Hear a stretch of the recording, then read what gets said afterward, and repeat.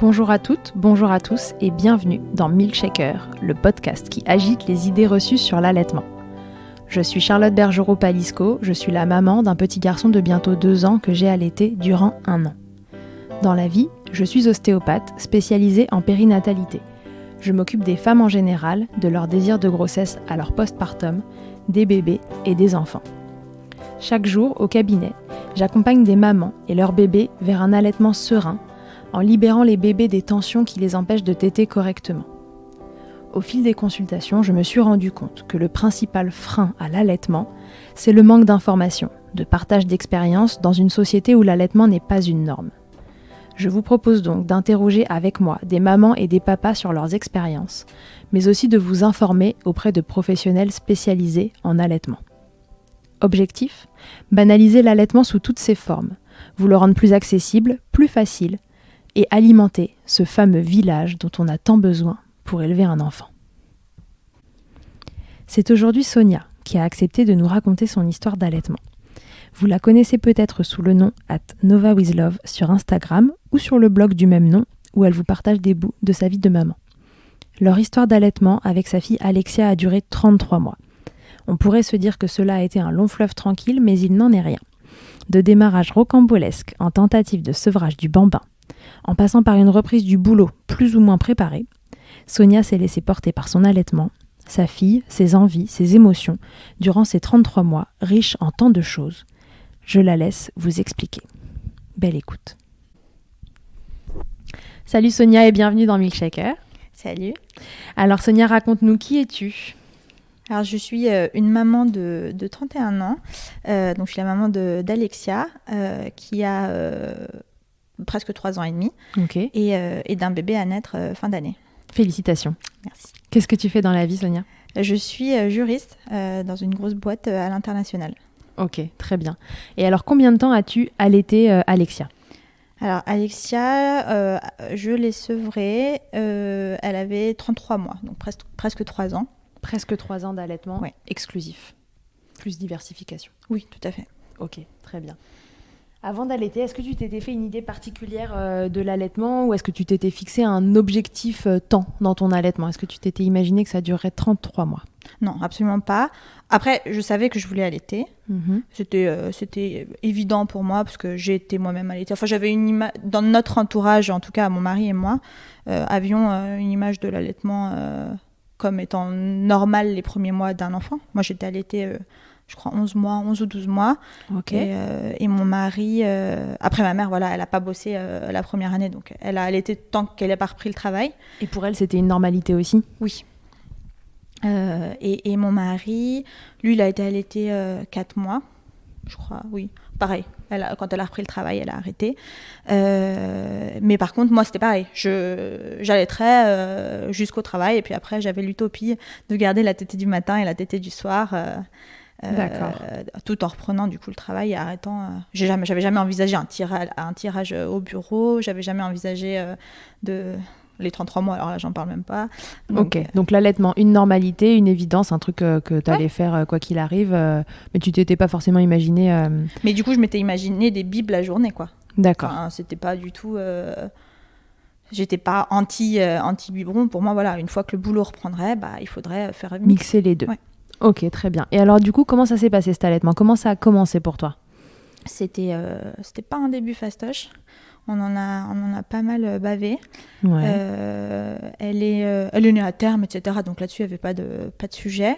Mais je me suis retrouvée le soir. Donc j'ai accouché toute la journée, du matin jusqu'au soir. D'accord. Et le soir... 24 heures d'accouchement ? Non, pas 24 heures, mais... 12 heures.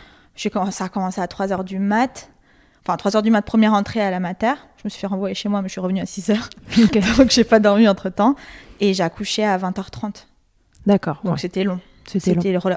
Relativement long, mais normal pour un premier accouchement. Sur le moment, c'est long. Mais ça s'est très bien passé. La tétée d'accueil s'est très bien passée. Enfin, là-dessus, il n'y a pas eu de sujet.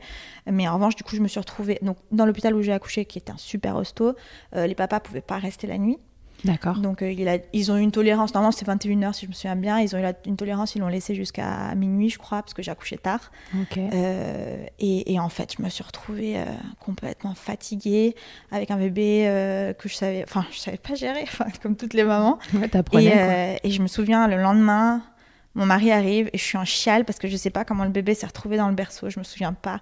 Comment je l'ai mis au berceau, j'ai les seins en sang, en feu. Enfin, c'était horrible. Ça va pas. Je l'ai fait téter, mais sûrement n'importe comment, dans n'importe quel... Enfin bref, c'était... Même aujourd'hui, en fait, on n'a pas élucidé de... Ce qui s'est passé ce jour-là. Comment ce bébé est arrivé dans son berceau. Non, mais c'était terrible. La culpabilité de me dire, mais comment il est arrivé là? Mais c'est sûrement moi qui l'ai posé, hein, il n'y a pas de sujet, mais j'étais tellement creuse, j'aurais pu la tuer. Je sais pas, c'était horrible. Et donc à 24 heures de démarrage, t'avais déjà les seins en sang, c'était la cata. C'était horrible, j'avais tellement mal, je pleurais rien qu'à l'idée de la mettre au sein. Et en fait, et à la mater, déjà, je savais pas j'aurais pu utiliser un tire-lait pour me soulager un peu. Personne m'a proposé de tire-lait. Bon, ça, je leur en veux un peu à la mater. Parce que j'ai quand même sonné l'alarme plusieurs fois, tiré la sonnette d'alarme plusieurs fois en leur disant, mais ça va pas. Enfin, ouais, là, il y a un problème. Il y a un truc ça qui va pas, cloche. j'ai mal, j'ai super mal. Je peux pas avoir aussi mal, c'est pas possible. J'avais pas lu beaucoup, mais j'avais quand même lu suffisamment pour me dire que un peu de douleur, ok. Une sensibilité des seins, ok. Mais là, ça me faisait un mal de chien. Ouais, tu t'étais informée avant d'allaiter? J'avais lu le Tyrion, enfin le truc classique. Je suis allée à la Fnac, j'ai pris le bouquin sur l'allaitement et puis basta quoi. Ok, d'accord. Mais oui, je me suis suffisamment informée pour savoir qu'est-ce qui était totalement normal et qu'est-ce qui n'était pas. Donc je savais qu'une grosse douleur, c'était pas normal. Okay. Par contre, je savais pas que ça pouvait être lié à un frein, je savais pas que... Enfin, tout ça, je savais pas. Ok. Et par exemple, je savais pas que j'aurais dû insister pour qu'on me fasse venir une consultante en lactation. J'imagine qu'il y en avait sûrement une. C'est quand même un gros hôpital. Et comment ils t'ont aidé alors? Ils m'ont pas vraiment aidé. Enfin, ils m'ont aidé. Ils m'ont rassuré, tout le monde a été hyper gentil. Vous inquiétez pas, c'est normal, ça va passer. Non, ça passe pas. Du coup, j'étais là, mais est-ce que je la mets bien? Du coup, je me suis focalisée sur mauvaise position. Et évidemment, tout le monde venait me disait, mais non, elle est très bien votre position. Et du coup, en fait, je suis restée 3 jours à la mater. Le 3e matin, ma mère est arrivée, elle m'a dit, écoute, là, c'est pas possible. Elle m'a ramené des bouts de sein en silicone. Mm-hmm. Et honnêtement, je sais qu'il faut pas blablabla. Ça a sauvé mon allaitement. Ça t'a sauvé. Ça a été la solution tampon qui a permis de passer le cap. Je pouvais plus la mettre au sein. J'en chialais. C'était vraiment et psychologique et physique. Ouais. Donc, et je voulais absolument continuer. C'était 3 jours, quoi. Oui, à aucun moment tu t'es dit j'arrête. 3-4 mois, mais pas 3 jours. Ouais, à aucun moment tu t'es dit j'arrête, c'est trop compliqué. C'est pas comme ça que ça devait se passer. J'arrête. Si on me dit que c'est normal, je veux pas que ça continue comme ça. Non, mais c'est ça. Et surtout, j'aurais aimé qu'on me trouve une solution. Et donc, bon, donc ma les mère bouts est de sein. avec ce truc-là. Ça m'a permis de laisser cicatriser mes seins. Mm-hmm. Bon, là, je voyais bien que ça allait pas bien et qu'elle arrivait pas à téter super efficacement. Donc, à partir de là, on s'est enchaîné les engorgements, les mastites, et tout le tintouin. Encore une fois, personne n'a mis les freins sur la table, etc. Je sais. Alors là, on va en parler, mais je ne sais toujours pas aujourd'hui si Alexia a des freins. Si tu veux checker après, tu peux regarder. Je vous ferai le résumé. Mais donc, parce finalement, on a avancé avec ça et Alexia grandissant, sa succion s'est améliorée. Donc, je ne sais toujours pas s'il y avait de ça ou pas, puisque la consultante en lactation... Alors, j'ai vu un ostéo qui m'avait dit que lui n'était pas formé en frein et qui me disait je veux pas me prononcer. Ouais, ce qui est bien quand les gens ne se prononcent pas et disent qu'ils sont pas formés, c'est bien. Voilà, il a dit je suis pas formé, je peux pas me prononcer là-dessus. Mm-hmm. Et ma consultante IBCLC, je pense qu'à l'époque ne l'était pas non plus. Et donc elle a regardé, elle m'a dit je sens rien de vraiment obstruant. Rien d'évident. Voilà. Donc voilà, moi je m'étais dit la piste frein a été évacuée aussi, donc encore je sais pas aujourd'hui. Ça se trouve c'était pas ça, j'en sais rien. En tout cas, c'était galère. Oui, parce qu'un bébé peut avoir aussi d'autres raisons de mal téter qu'un frein de langue. Il peut avoir de grosses tensions qui font qu'il serre très fort la mâchoire par exemple et que ça fait mal. Oui, alors elle avait une succion très forte, ça c'est vrai. Mm. Mais bon, on est quand même allé 2 fois chez l'ostéo. Donc j'aurais espéré qu'il ait décoincé s'il y avait quelque chose à décoincer. Donc non, ça changeait rien. Elle a eu une succion forte jusqu'à la fin. Ah ouais, d'accord. Donc, donc je on sais saura pas. Ouais, je sais du pas. coup, comment ça s'est amélioré tout ça? Eh bien, mais la galère a duré longtemps. Hein. On en a bavé pendant... ça a commencé à être coolos à partir du 2e mois. Ouais, c'est vrai que ça fait un peu long. C'est long. T'as eu des crevasses pendant 2 mois? J'en ai eu beaucoup. Ça s'est calmé. Mais après, du coup, j'ai continué quasiment 1 mois et demi avec les bouts de sein. C'était le seul moyen. Et puis après, il y avait, enfin là, on va pas parler de ça pendant 3 plombes, mais il y a eu aussi le côté émotionnel, les gros downs non-stop, le côté je passe devant la pharmacie en chialant, je vais aller acheter mon lait en poudre, c'est bon, j'en ai ras-le-bol. En fait, t'attends juste que quelqu'un te dise mais non, ça va aller. Et en fait, tout le monde te dit mais si, arrête, ou c'est toi qui décides, ou bah ouais, je sais que c'est moi qui décide, mais moi je sais pas. Ouais, j'ai envie d'arrêter, mais j'en peux plus. Ouais, et j'ai envie de continuer, et je sais pas. Et en fait, en leitmotiv dans ta tête, t'as mais j'avais pas en tête que ça serait aussi difficile. Un truc aussi naturel. Ouais, ce qui est censé être si naturel était en fait si compliqué. Et si dur émotionnellement autant que physiquement, quoi. C'est ça. Et puis j'arrivais pas à l'allaiter allongée parce que j'ai pas des gros seins et en tout début ça matchait pas. Donc toutes les nuits position assise, machin, va reposer ton bébé qui en fait s'endort sur toi, c'est pas du tout sécure. Enfin, on est passé par 2 mois vraiment pas faciles. Et in fine, au bout de 2 mois, la lumière au bout du tunnel, je me suis dit, bon, les crevasses sont parties, vas-y, tu vas 1 mois et demi, 2 mois, je sais plus exactement, ça fait quand même 3 ans. Je me suis dit, allez, serre les dents, on essaye sans les bouts de sein, t'en as plus besoin, bon, ça faisait mal, mais on est passé outre. Mais c'était tolérable. Ouais, c'était tolérable, et puis on s'est habitués l'une et l'autre à reprendre les tétés sans.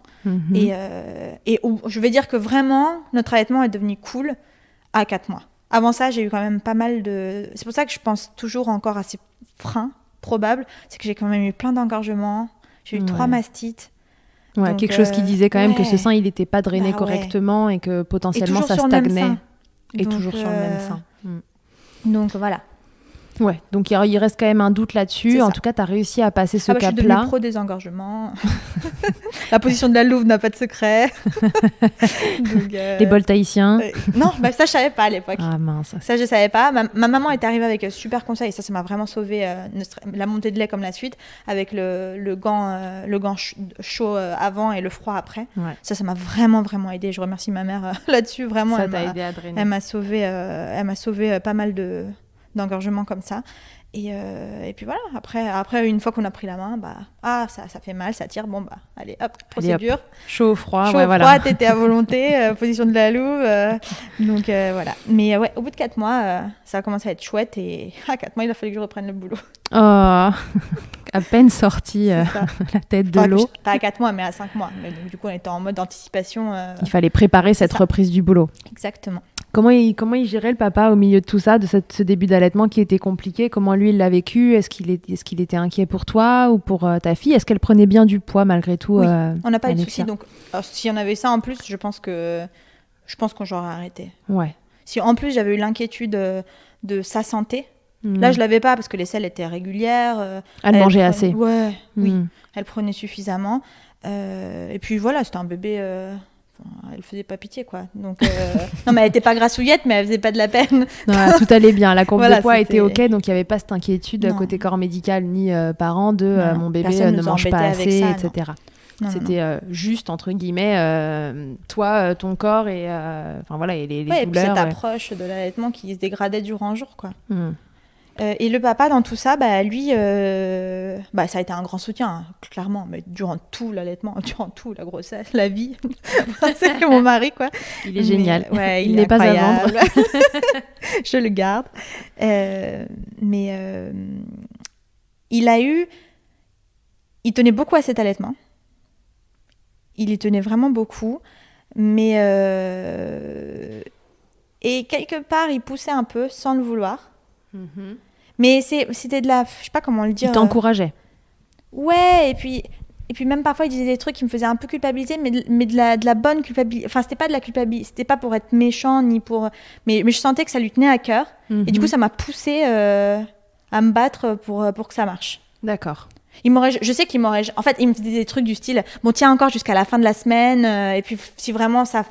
tu le sens pas, on arrêtera. Et puis à la fin de la semaine, il me dit, tiens, encore jusqu'à mercredi. Puis si mercredi, tu n'y arrives pas.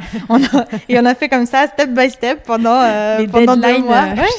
Mais ça a marché, parce que du coup, moi, ça me donnait... ça me faisait culpabiliser dans le sens où je me disais... c'est pas de la culpabilité, je sais pas comment mettre le mot là-dessus. C'était plutôt, je me disais, il peut pas me dire de lâcher l'affaire. Et il me disait pas de lâcher l'affaire. Que quelqu'un d'extérieur te dise écoute la lâche parce que t'as pas l'air bien. Exactement. Là il te disait pas ça mais peut-être aussi parce qu'il savait que ça te tenait à cœur et que forcément. Bien sûr. C'est pas du tout une critique et sans lui rien de tout ça ne serait arrivé. On n'en serait pas là. Non, c'est ça. Et clairement. mais donc il a été très moteur, ouais. Ok. Très moteur. Super. Et alors cette reprise du boulot parce que ça a été une grande étape dans votre allaitement. Ouais. Et donc, on arrive dans 4 mois, tout se passe bien. On se prévoit 1 mois de vacances et la reprise. Ok, cool. 1 mois de vacances tous les 3, parce que du coup, lui, il a repris le boulot après ses 14 pauvres jours de congé paternité. Oui. Et puis voilà, aussi, sur son rôle, il était au boulot toute la journée. Donc, il n'était pas là pour me tenir et me porter pendant la journée, quoi. Il était là que le soir. Il était là le soir, il était un soutien logistique le soir. C'est ça, complètement. Bon, on dormait en fractionné. Dès qu'il rentrait, j'allais dormir. Il gérait la petite jusqu'à ce que la tétée devienne insoutenable et ensuite je prenais le relais pour la suite. Okay. Et c'était vraiment pas mal parce que ça me permettait de récupérer. Et donc la reprise, donc on part en vacances, mais on a tout fait à l'envers pour les débuts. Non mais en mode on a un bébé pour la première fois quoi. Donc on pose les vacances jusqu'au 27 et je reprends le 28. Sans période d'adaptation, sans rien. Les mecs super organisés. Pourquoi prévoir finalement ça va bien se passer. En fait, j'avais pesé vraiment tous mes congés et il me restait pas une goutte de congé pour faire l'adaptation. Mais on se disait, naïfs que nous étions, je ne referai plus jamais ça aujourd'hui, mais on se disait, on a une nounou à domicile, ça va bien se passer, etc. Mais aujourd'hui, sans, je pense, 10 jours d'adaptation, je donne mon gosse à personne. donc voilà, à l'époque, je le savais pas. Et quand on a demandé à la nounou en question, c'est comme vous voulez. Donc elle nous a pas du tout guidés dans le sens d'essayer de faire un truc un peu plus long. Donc bref, je reviens en arrière. 4 mois, on part en vacances, on se fait un road trip de la mort. 17 heures de voiture, avec une gamine de 4 mois, normal. Motivé, les warriors. Mais bon, ça s'est plutôt bien passé. Et là, pour le coup, l'allaitement, c'était salvateur.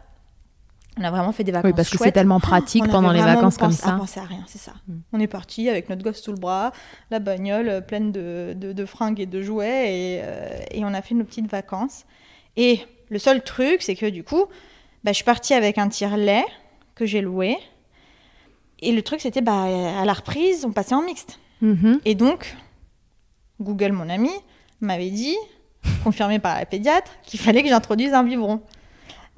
Quand personne ne sait trop. 1, 2, 3, à quelle fréquence, on ne sait pas trop. Bon, bref, j'avais croisé les plusieurs recherches que j'avais réussi à faire et j'étais arrivée à... T'avais pas rappelé ta consultante pour lui demander le sevrage, ça se passe comment? J'avais pas du tout le réflexe. Ça t'est pas passé par la tête? Non, pas du tout. Donc Google. Pour moi, elle était là le jour où j'étais vraiment au fond du trou. Elle avait vraiment... Elle était restée 1h30. Ça m'avait vraiment rassurée sur la position, etc. Mais non, j'ai pas du tout le réflexe d'être accompagnée sur la longueur, quoi. Ok Google, comment on fait pour sevrer un enfant? Exactement. Même pas. Ok Google, quand est-ce que j'introduis un biberon? Et donc ok Google, avec recherche croisée, c'était le biberon du goûter. Donc dans ma tête de mère allaitante qui n'avait jamais donné un biberon, parce que ça on n'y pense pas beaucoup, mais quand t'as fait que allaiter depuis le début, les biberons, c'est pas forcément une évidence. C'est pas évident. Faut pas se moquer des gens qui arrivent pas à faire un biberon. Non, totalement, tout s'apprend. Exactement. Donc, on achète le lait en poudre, on prend des bibes avec nous, tout ça. Je prends mon tire-lait. Et donc là, c'était pendant... On a reculé. Et c'était pendant la dernière partie de nos vacances. On s'est dit, bon là, on déconne. On reprend dans une semaine. Il y a quand même temps d'introduire ce fichu biberon. Et donc, on s'est dit, bon, allez, c'est parti. Vers 15-16 heures. Toi, tu vas aller vider tes nibs au tire-lait et papa, il va donner le biberon pendant que toi, tu te vides à cette heure-là. C'était un gros loupé parce que la petite, elle n'en voulait pas, évidemment. Pas tant le biberon, mais le contenu, ça se voyait que ça ne l'intéressait pas plus que ça. Mm-hmm. Moi, j'étais en train de tirer, alors que je n'avais jamais tiré de ma vie. Les quantités étaient pas ouf, donc forcément je commençais à me stresser sur mais ça se trouve j'ai plus de lait, y a rien qui sort, mais en fait mon allaitement il est pas si en place que ça. Bref, c'était le fiasco moral. La panique commence à quelques jours de la reprise. Mon mari il a détesté donner le biberon.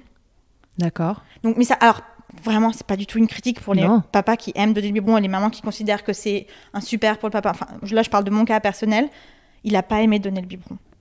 Ok. Et en fait, ça aussi, ça nous a vachement déstabilisés. Parce que moi aussi, j'avais cette image de le père qui est content de nourrir son enfant. Ouais, et en fait, non. il était pas... Enfin, pas plus que ça. Voilà, c'était pas plus que ça. Pas plus qu'autre chose. Ça lui a pas représenté. Et puis non, et même dans sa tête, lui, il est beaucoup plus tranché que moi sur certains points. Il me disait, enfin ouais, ça a pas de sens. T'es là avec les seins pleins de lait et on est en train de lui donner du lait en poudre. Pas tant que je devrais pas le faire à la reprise, mais pourquoi on se l'impose maintenant alors que c'est pas encore le moment. Alors que c'est pas encore le jour J. Et donc, fort de cette discussion, on se dit, bon, on lui a donné 2 bibes, je crois, c'était le 2e jour. Fort de cette discussion, on se dit, bah laisse tomber. Et on se dit, on verra le jour J. Donc, pas d'adaptation, la petite prendra ses bibes le jour J. Les parents complètement à la one again. Et tu reprenais à temps plein directement? Ouais. Bien sûr. Évidemment, bah non, sinon l'organisation aurait été beaucoup trop bonne. Et du coup, mais sauf que moi, ça me trottait. Et je venais juste de commencer à être à avoir un compte Instagram. Et puis je suivais ces mamans et qui donnaient le sein, machin. Et puis de fil en aiguille, j'étais arrivée sur des gens qui tiraient au boulot et tout. Et sur des gens, non. Et je me souviens maintenant qu'on en parle, c'était Tiganette. Le compte de Tiganette. C'était le compte d'Amélie. C'était la première que j'avais vue tirer au boulot, je crois. Ouais. Et je m'étais dit, oh, il y a quand même des gens qui tirent au boulot. Et puis son tirelet, il est tout petit. Le mien, il est énorme. J'avais le Symphonie à l'époque. Je suis là, donc, c'est possible. Et bref, ça commence à me trotter dans la tête. Et j'avais loué mon Symphonie auprès de la pharmacie du docteur Roussel à Courbevoie, qui est une des pharmacies... une pharmacie amie de l'allaitement. Exactement.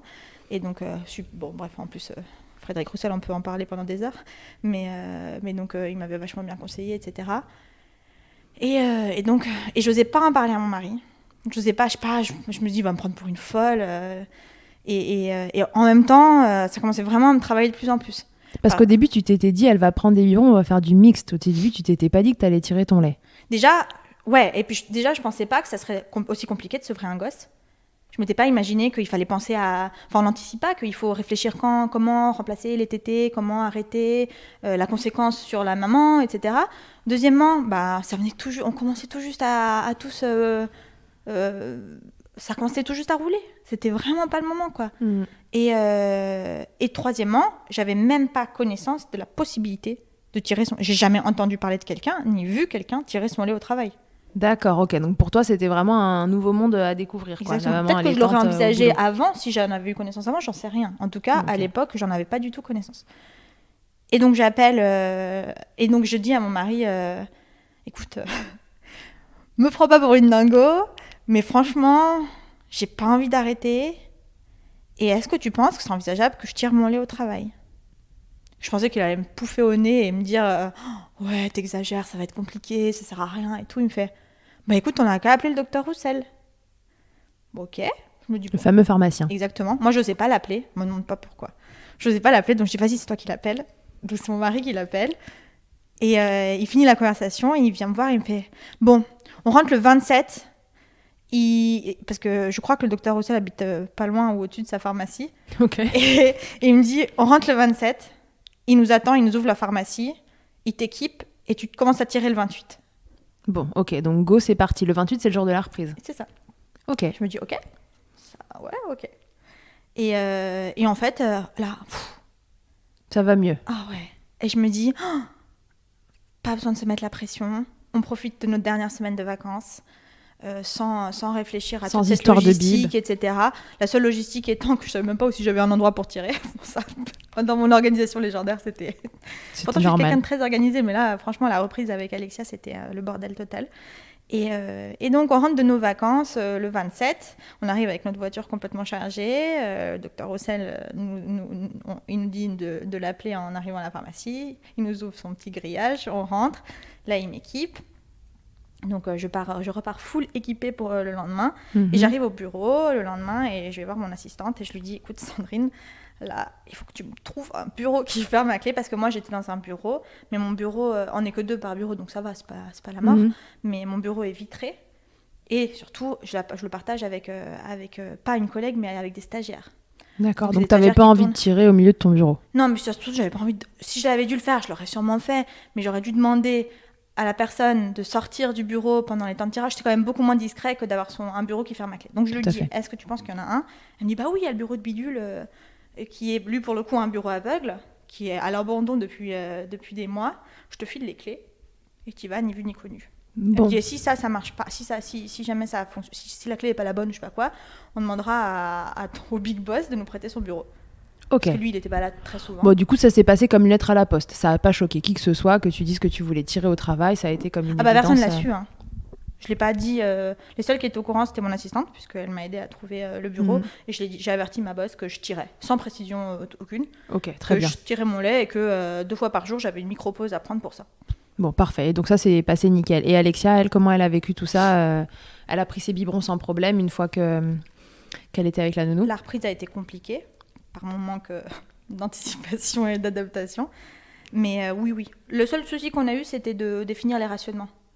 De savoir un peu, parce qu'on passait d'un allaitement à la demande à des biberons. Ouais. Donc, savoir les quantités qu'on laissait à la nounou. Moi, j'étais partie sur du matin, midi, après-midi, soir. Et en fait, on a dû ajuster sur matin. Tété avant de partir. J'avais pas prévu, par exemple, un bip vers 10h. Je suis pas débile comme j'étais. Je m'étais dit, elle tète vers 8h30, 9h. Et puis midi, c'est bon. Non, en fait, à 10h, elle avait besoin d'un petit rationnement. Donc, on a redispatché un peu les rations. Ouais. Mais non, par contre, biberon, etc., il n'y a jamais eu de sujet. Ouais, tout s'est bien passé. Et donc, du coup, tu as pu reprendre le boulot à temps plein, tirer ton lait. Alexia mangeait la journée, buvait la journée, le lait que tu avais tiré. Alors, elle était déjà diversifiée. On l'a diversifiée. La diversification avait déjà commencé. Ouais, parce qu'on était stressés de cette reprise et que ça nous semblait compliqué. D'accord. De reprendre sans ça. Donc, diversification, bip de lait maternel. Au final, elle n'aura pas bu de préparation pour nourrisson. 2 jours. Voilà, 2 jours pendant les vacances. Ouais. Et go. Ouais. Et alors après, comment c'était? Parce que vous avez pris un rythme de croisière comme ça, où toi tu bossais, elle était avec la nounou, ton mari bossait aussi. C'est ça. Et là, on passe comme ça jusqu'à 33 mois? Bah ouais. En fait, ouais. Tout a roulé. En fait, ouais, parce qu'en fait, il n'y a aucune raison de s'arrêter. Enfin, nous n'avons trouvé aucune raison de mettre un terme. Ouais. Je dis pas qu'on ne s'est pas repris. Mes beaux-parents et même ma mère demandaient régulièrement mais ça va durer encore longtemps. Mais pas du tout dans un sens mais ça va durer encore longtemps cette connerie ou quoi? Non. Est-ce que ça va durer Ils se questionnaient. Ouais, ils se questionnaient. Et puis pour ma mère, ouais, 1 an c'était un peu sa limite parce que c'est ce qu'elle avait fait aussi. Et après elle était plus dans le côté inquiet pour sa fille. Tu vas manquer de nutriments. Ça t'épuise. Ça te fatigue, voilà. C'est toi qui vas manquer. Exactement. Pas du tout en mode l'allaitement sert à rien ou quoi, mais plutôt je suis inquiète pour toi, en plus tu travailles beaucoup. D'accord. Et mes beaux-parents, eux, c'est plutôt parce que ils n'avaient jamais vu ça. Ma belle-mère a allaité 4-5 mois. Ils n'avaient pas de notion de l'allaitement du bambin. Pour eux, c'était on allaitait les bébés. Alors que la tante de mon mari, elle a été allaitée jusqu'à ses 4 ans, je crois. D'accord. Et donc c'était un peu ma bouée de sauvetage pendant les réunions familiales. Donc, personne n'a jamais eu de remarques vraiment désobligeantes. Ouais, l'entourage a plutôt été bienveillant autour de cet allaitement qui durait et s'est transformé en allaitement de bambin. Je pense qu'aussi on n'ose pas trop me contredire. Mais t'aurais mauvais caractère? J'aurais un caractère de grande gueule, peut-être. Je sais pas. Peut-être qu'ils ont pensé, mais en tout cas, ils n'ont pas dit alors. Exactement. En tout cas, ils m'ont pas c'est tout ce qu'on veut, gonflé avec des remarques incessantes. Non, là où ça a été un peu plus difficile, ça a été les endormissements à la sieste. Alors ça... Elle avait l'habitude de s'endormir au sein? Ouais, mais je suis pas sûre en fait que... Non, mais alors elle avait l'habitude de s'endormir tout sauf toute seule dans son lit. Hein, donc c'est pas tellement... Pour moi, c'était pas tellement l'allaitement. Et justement, je me suis jamais positionnée en mode c'est l'allaitement qui fait que. Pour moi, en fait, et je le dis, et c'est vraiment ce que je pense, justifié ou pas justifié, peu importe, c'est mon expérience à moi et c'est ma position. Je pense que ça sert à rien parce que quand on parle avec pas mal de mamans, il y en a beaucoup qui disent est-ce qu'il faut habituer son enfant à pas s'endormir au sein? Et en fait, je pense pas, parce que on est la figure d'attachement, ça sera jamais pareil avec nous qu'avec quelqu'un d'autre. Et moi, ma fille, elle s'est endormie au sein jusqu'à ses 33 mois. Jusqu'au sevrage, pas le soir. Le soir, on a arrêté un peu avant. Mais la sieste, jusqu'à 33 mois, s'il n'y avait pas le nibar, c'était... Elle dormait pas. Sauf si on était en voiture ou en poussette, elle dormait pas. Et donc, c'est pas tellement ça pour moi, parce que finalement, avec sa nounou, elle s'est endormie très vite sans. Ouais. Donc, il a juste fallu qu'elle trouve leur rythme. Et je pense qu'il a fallu que ma fille fasse confiance à sa nounou. Ouais, c'était le temps que la nounou devienne aussi une figure d'attachement à part entière. Ma nounou a porté au début, ensuite elle a bercé, ensuite elle a bercé posé, et Et ensuite, elle s'est posée avec elle. Et ainsi de suite. Étape par étape. Ouais, étape par étape, step by step. Elles sont arrivées à un coucher serein, rapide et... D'accord. Et sans allaitement. Sans rien. Ok. Rien. Très bien. Voilà. Et du coup, elle a pris les bibes... j'ai tiré au bureau, elle a pris les bibes de lait maternel, donc de ses 5 mois à ses 18 mois. Ok. Et à 18 mois, je pense qu'on aurait pu arrêter même avant, parce qu'elle les vidait plus. Ouais.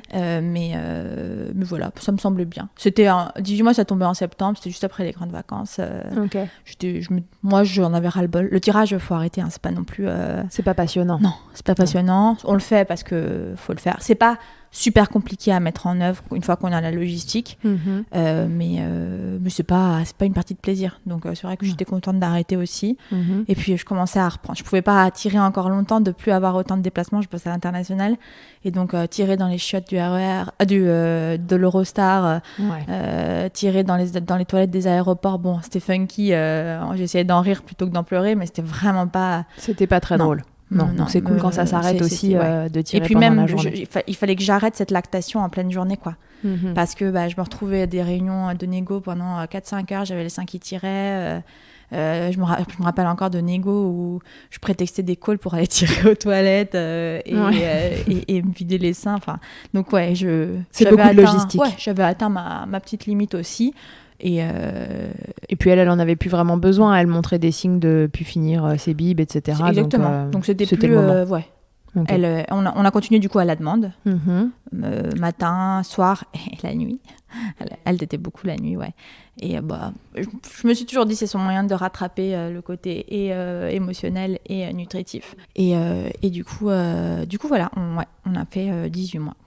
De 18 mois à 33 mois, pardon, en à la demande. Exactement. Quand vous étiez ensemble. Et après, soir et week-end, quoi. Un sevrage. Un sevrage de bambin, du coup. Exactement. Alors, le sevrage, je l'ai envisagé plusieurs fois. Je pense comme beaucoup de mamans. L'ambivalence de l'allaitement est quand même bien connue. On a envisagé surtout des sevrages nocturnes parce que les nuits étaient vraiment... Je savais que ça allait pas... potentiellement pas arrêter les réveils, mais en fait, j'étais arrivée à un moment où j'en avais ras-le-bol d'allaiter la nuit, quoi. Je me disais que en fait, j'arriverais plus facilement à gérer un réveil sans les tétés. Enfin bref, je me suis dit mille trucs. Ouais, et puis quand on dort pas, au bout d'un moment, de toute façon, on n'a pas les idées claires. On veut essayer tout ce qu'on peut pour pouvoir dormir. Moi, je suis la première à pas juger quelqu'un qui se dirige vers un sevrage nocturne. On en a tenté 3. Un qui était vraiment clairement trop tôt. Le deuxième qui était... À quel âge le premier ? Je me souviens plus. J'ai fait plusieurs articles là-dessus sur le blog, mais je crois que le premier, c'était à 18 mois. C'était vraiment tôt. Le deuxième, ça avait plutôt bien marché. Sachant qu'à chaque fois, les 2 premiers soirs sont hyper violents. Enfin... Faut pas croire que... Enfin, en tout cas, dans notre cas, ça s'est pas du tout passé en mode bisounours. Ah oui, d'accord, tu veux plus que je t'aide ? Ok, pas de souci, je vais prendre de l'eau. Elle était pas d'accord du tout. Non. Et le deuxième, ça s'était plutôt bien dénoué. Mais après, il y a eu encore les dents et tout. Et ça me faisait tellement de la peine pour elle. Je voyais que ça la soulageait tellement. Donc, j'ai laissé tomber. Et le troisième, pareil, une petite réussite. Mais finalement, le troisième était très proche du sevrage total. Hein. C'était vers ses 26-27 mois. Et ouais, elle a... alors, les réveils ne se sont pas arrêtés. Mais en tout cas, on a réussi à réduire à une tétée la nuit. D'accord, donc c'était plus confortable pour toi parce que ça t'évitait j'en pouvais plus, l'allaitement... Enfin, ça, c'était toujours moi, c'était pas un sujet. Mais les tétées incessantes... Et le sommeil saccadé, je pouvais tenir 2 ans, 2 ans et demi, et puis on s'est rapproché des 3 ans, puis aussi de se dire 3 ans sans sommeil, waouh. Ouais, c'est long, hein. Ouais, c'est long. Qu'est-ce qui t'a fait sevrer alors, du coup ? À quel moment tu t'es dit, allez, cette aventure, elle s'arrête ? J'avais atteint ma limite personnelle. Pour moi, voilà, l'allaitement, je vous dis toujours, c'est une danse à 2. Et quand il y en a un des 2 qui veut plus danser, on s'arrête. Ok. Et tout simplement. Et je voulais pas je voulais pas arriver au point où je voyais ça comme un sacrifice. Don de soi, ouais, c'est clairement un don de soi, mais un sacrifice, non. Ouais, là on allait passer là-dedans et tu l'as vu venir, tu t'es dit bon, là ça y est, moi j'ai atteint mes limites. Faut pas croire, enfin ça t'aide pas beaucoup moins. Enfin, il y a cette phase autour des 2 ans qui est hyper intense. Un bambin, ça t'aide beaucoup. Enfin, un enfant t'aide beaucoup, un bébé t'aide beaucoup. Puis il y a cette phase de découverte de la marche et tout, où les tétés se calment un peu. Et puis ensuite, on se prend une grosse claque avec l'arrivée des 2 ans, qui est hyper riche pour les enfants. Et moi, j'avais l'impression d'avoir un nourrisson. Et encore, attention, je travaille. Donc, je suis pas avec toute la journée. Hein. Ouais, mais quand tu rentres, j'imagine même pas les mamans qui sont H24 avec leur enfant dans ces eaux-là. Mais elles doivent se dire, qu'est-ce que j'ai fait au bon Dieu pour qu'ils se remettent à téter comme ça. Et du coup, autour des 2 ans, c'était ardos. Et en fait, on a réussi doucement à diminuer. Et j'ai vu qu'elle n'arrivait pas à passer cette barre de 3 tétées par 24 heures. Elle n'y arrivait pas. Elle n'arrivait pas à passer à juste, par exemple, une tétée le matin et une tétée avant de se coucher. Donc, tu as réduit très progressivement. Ouais, on a réussi à réduire. Ça, il n'y avait pas eu de souci. On était proche de 3 ans. C'est un enfant avec qui on peut parler. Puis Alexia parlait déjà bien, pour son âge en tout cas. Et donc, c'est un enfant avec qui qui comprend bien quand tu lui expliques que voilà, t'es fatigué, que là, t'as pas envie. Tu peux commencer à différer, à te divertir. J'avoue, parfois on a diverti avec des chips. Bref. Mais le fait est que c'est des enfants, un enfant plus petit n'accepte pas la diversion. Là, ces enfants, si la tétée est vraiment pas on peut leur faire passer à autre chose. Exactement. Donc, on avait réussi à réduire, mais impossible de passer en dessous de... Je pense qu'elle aurait pu rester sur 3 tétées par 24 heures jusqu'à 6 ans, easy peasy. Okay.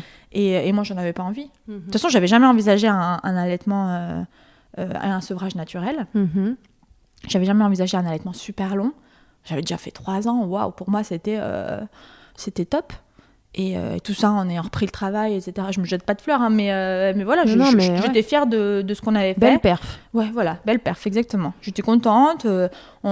Je pense que je lui ai apporté ce qu'elle pouvait tirer de l'allaitement. Je dis pas qu'après, ils en tirent rien, faux. Non, mais dans votre histoire à vous, c'était là que... Ouais, parce qu'après, toi, ça ne te convenait plus. Et... Non, c'est ça. Et puis, je savais qu'elle pouvait s'en passer. Et comment t'es passée de 3 tétées à plus rien, alors ? On est passé à plus rien. Ah, d'accord. Donc là, pour le coup... J'ai essayé, hein. J'ai essayé de négocier, même...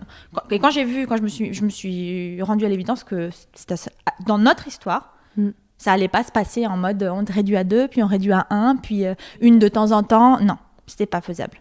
Donc un jour, tu lui as dit on arrête. Exactement. J'avais prévenu mon mari. Je lui ai dit écoute, moi là, j'atteins ma limite. C'est lui qui a eu beaucoup plus de mal que moi. C'est vrai. Ah ouais, et ça lui a mis un gros coup, le sevrage. Lui, l'allaitement du bambin, ça le dérangeait pas du tout. Parfois, ça peut déranger un peu. Là, non, lui, il était très à l'aise avec ça. Il voyait que des avantages à l'allaitement. Enfin, pour lui... Ça pouvait continuer comme ça. De toute façon, il s'est jamais dit l'allaitement m'empêche de trouver ma place, etc. Il l'a toujours dit, mais on a toujours dit ça pour déconner tous les deux, mais il a toujours dit celle qui m'empêche de prendre ma place, c'est la mère. Enfin, c'est pas l'allaitement. C'est la figure principale qui est la mère, et puis basta. Et j'attends mon tour, et mon tour viendra. Okay. Et son tour est venu, et indépendamment de l'allaitement, etc., ça avait rien à voir. Et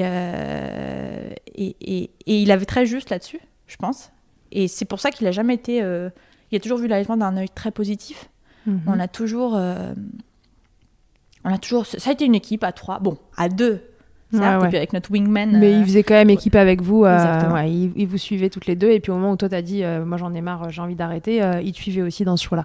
Ouais, alors je te dis, ça lui a mis un coup. Je pense qu'il était OK, mais il lui a fallu du temps pour se préparer. Sauf que moi, je suis un peu...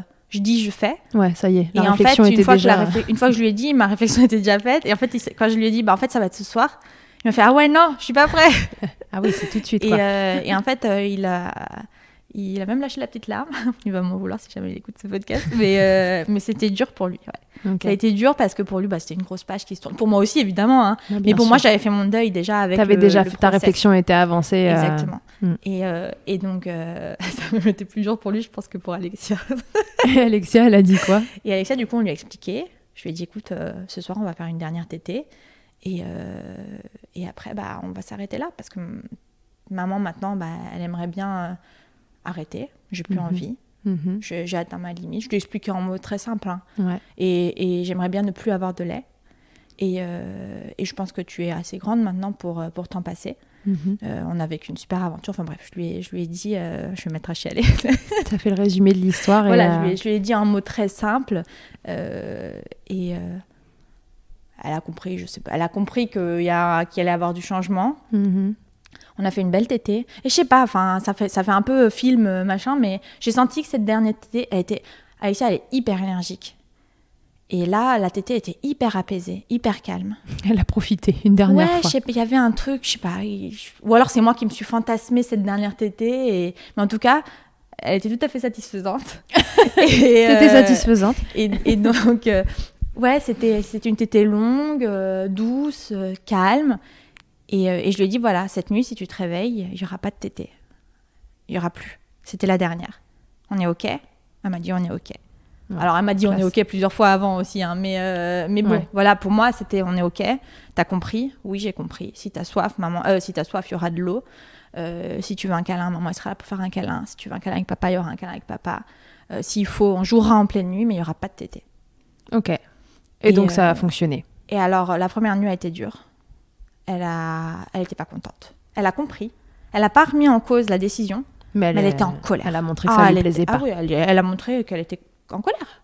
Le choix, je pense qu'elle a compris, elle a accepté, mais non, je sais pas comment le dire. Non, il fallait juste qu'elle montre sa colère. Elle a compris, mais elle n'avait pas envie. Elle n'avait pas envie. Ce choix n'était pas le sien. Elle a tété toute sa vie.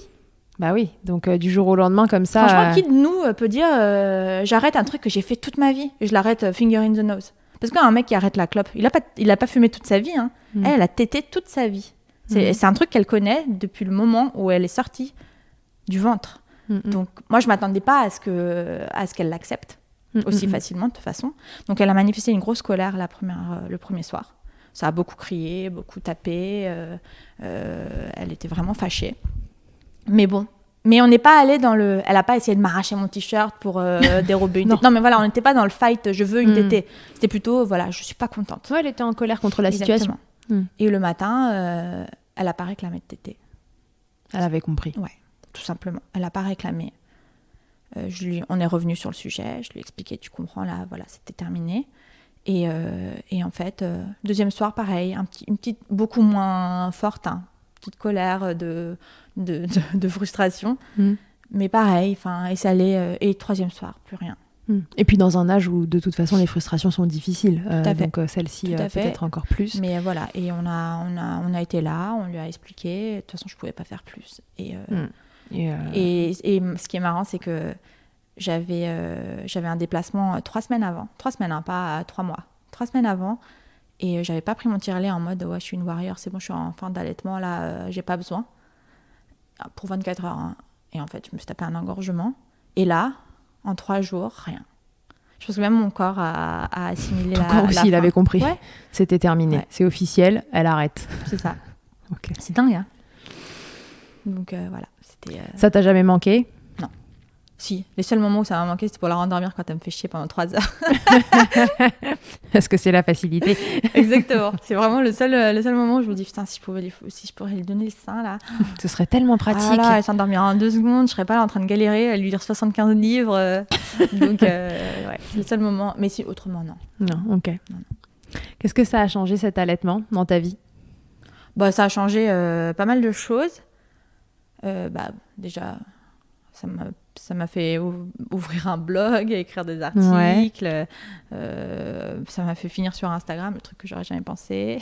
Ça m'a fait rencontrer plein de gens sympas. Ouais. Échanger avec beaucoup de personnes. Non, vraiment. Toute cette communauté allaitante. Toute cette communauté. Et puis l'allaitement, ça m'a permis aussi de pas mal me questionner, puisque je suis passée par des phases de grosse colère. Et toute cette phase un peu de militante, l'activiste au tout début, parce que tu es en colère de ton allaitement qui était compliqué, et de ce manque d'informations et d'accompagnement. Ouais. Puis ensuite, tu redescends, tu te rends compte qu'en fait, tu connais rien à la vie. Et petit à petit, enfin voilà, c'était le début du cheminement en tant que parent. Ça a ouvert...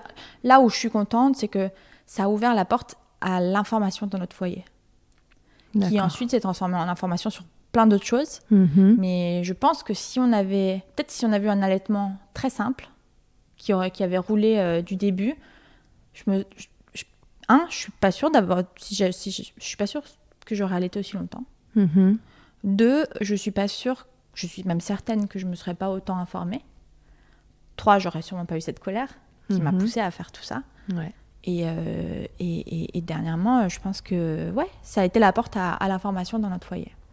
Super. Donc ça vous a fait évoluer, et toi et lui en tant que parent. C'est ça. Mais sauf qu'après, voilà, l'allaitement a laissé la place à tout le reste.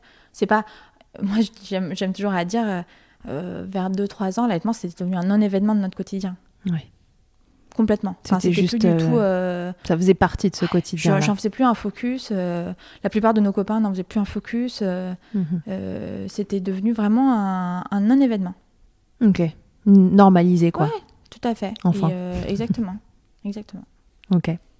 Est-ce qu'il y a autre chose que tu voulais nous dire à propos de l'allaitement avant que je te fasse ma dernière interview?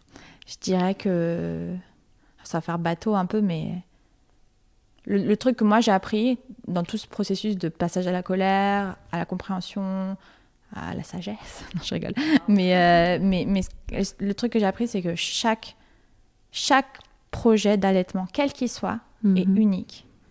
Et c'est très légitime d'avoir de la colère, de vouloir se battre pour normaliser l'allaitement, le banaliser. Et je pense que le normaliser, c'est vraiment une réalité pour laquelle il faut arriver à un succès un jour. Mais cette guéguerre de pro contre allaitement, c'est une perte de temps sans nom. Et faut juste que ce soit normal, pas plus. Fait, on s'en fout. En fait, de toute façon, la plupart des mamans, et moi je le sais parce que la plupart de mes copines n'allaitent pas, mais je sais qu'elles savent que le lait maternel est meilleur, meilleur dans sa composition. Mais c'est pas tellement la question. Non. Et en fait, on déplace le débat sur une composition, mais bien sûr qu'on le sait, ça. Enfin, il y a pas vraiment de discussion là-dessus. Enfin, celles qui discutent ça, elles sont hors débat. Mais je veux dire, et en fait, on embête ces mamans-là aussi sur un autre terrain qu'elles n'ont pas forcément envie d'aborder. Il y a, moi, et ça, je l'ai compris avec le temps aussi. Quand j'étais dans ma phase colère, j'étais en mode, oui, c'est ce qu'il y a de meilleur. Comment on peut dire que c'est pas meilleur? Mais en fait, elles disent pas que c'est pas meilleur. Non, elles disent juste qu'elles font autrement. C'est un autre choix. Exactement. Donc voilà. Qui doit tout autant être respecté que le choix d'allaiter. Exactement, en fait. Exactement. Et la plupart de ces mamans-là ne critiquent pas du tout l'allaitement. Non. Elles en ont rien à foutre, comme nous, on n'en a rien à foutre du cas contraire. Donc c'est vraiment... j'ai dit des gros mots, j'aime pas.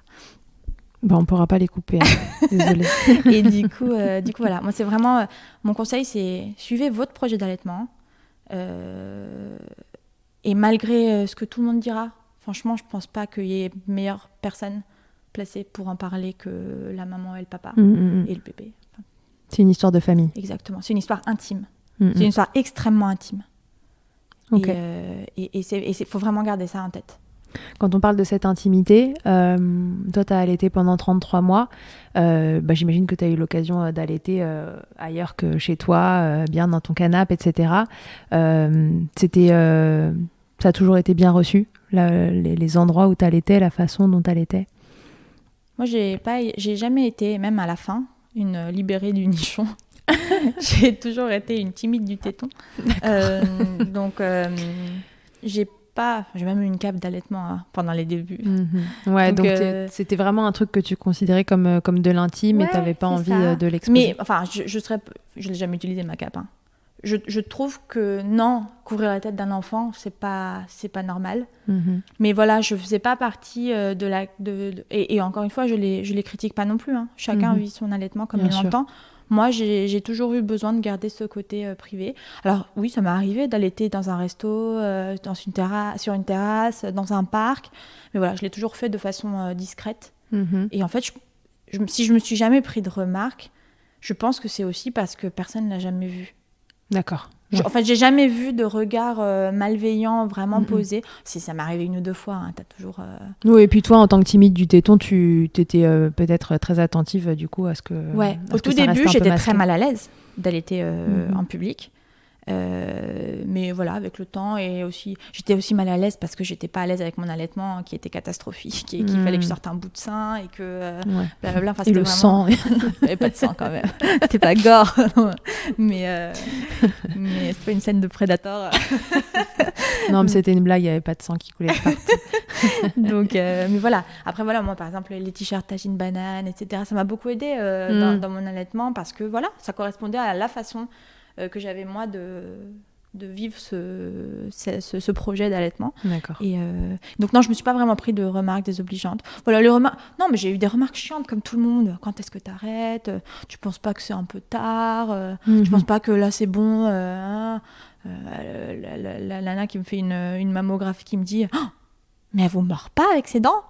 Enfin voilà, ce genre de commentaires. Sauf que bon, c'était... qui sont rigolos même au bout d'un moment. Je dis bah non, figurez-vous qu'elle en a 6 des dents. Elle m'a déjà becté, mais elle a pas aimé ça. donc bon, c'était pas... Après, moi, j'étais aussi bien parée.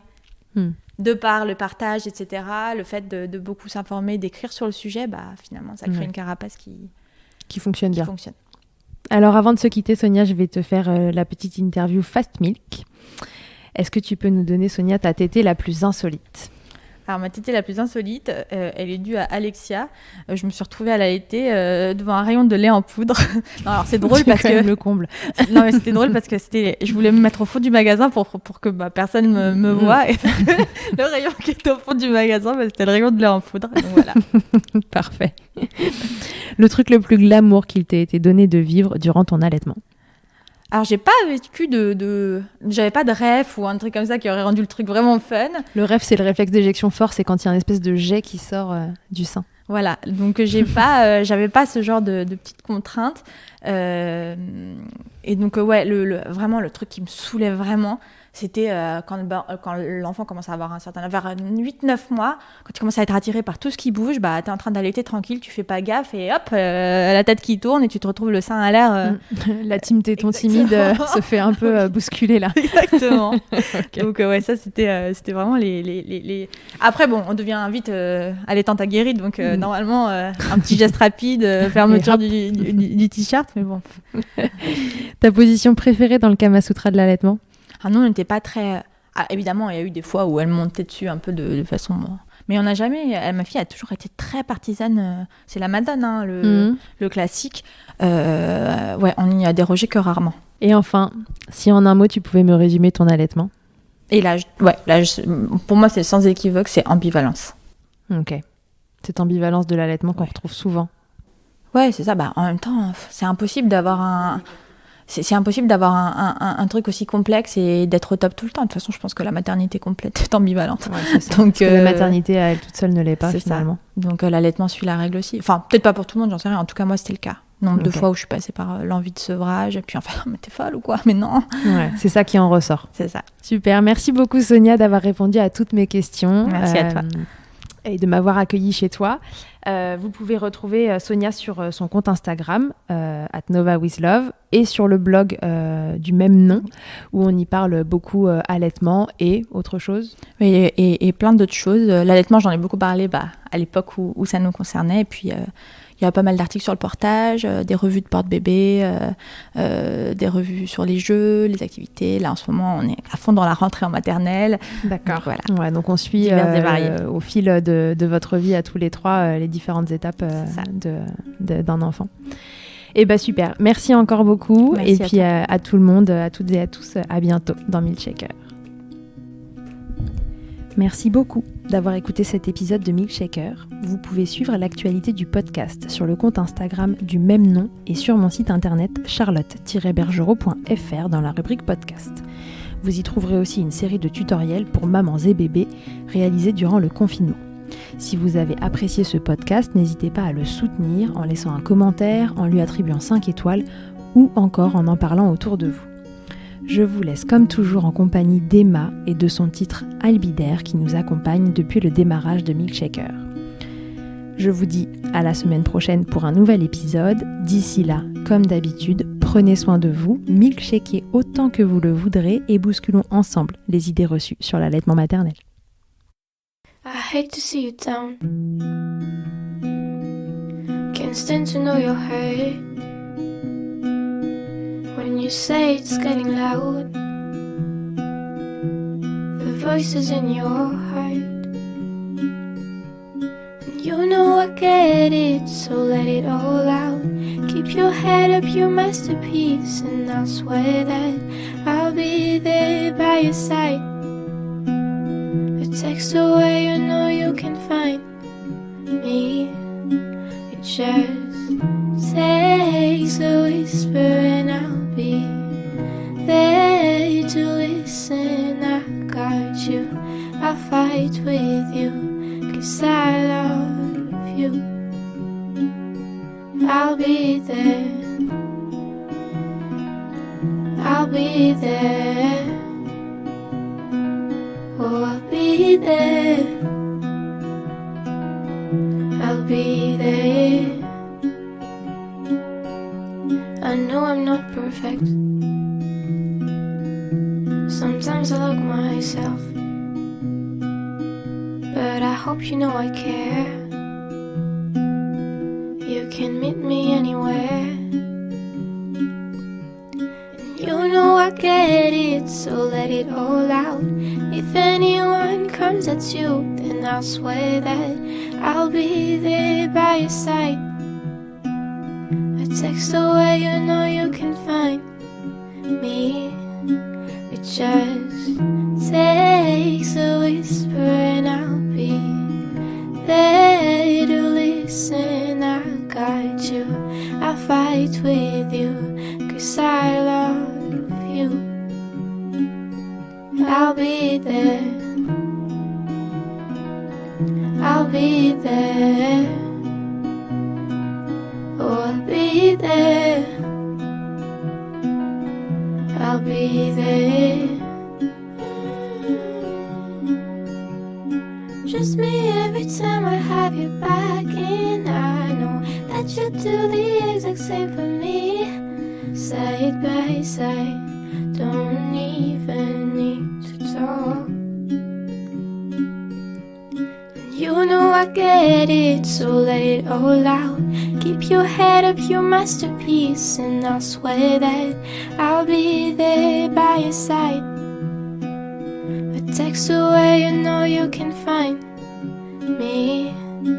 It just takes a whisper and I'll be there to listen. I guide you, I fight with you, 'cause I love you. I'll be there. I'll be there. So I'll be there. I'll be there for you.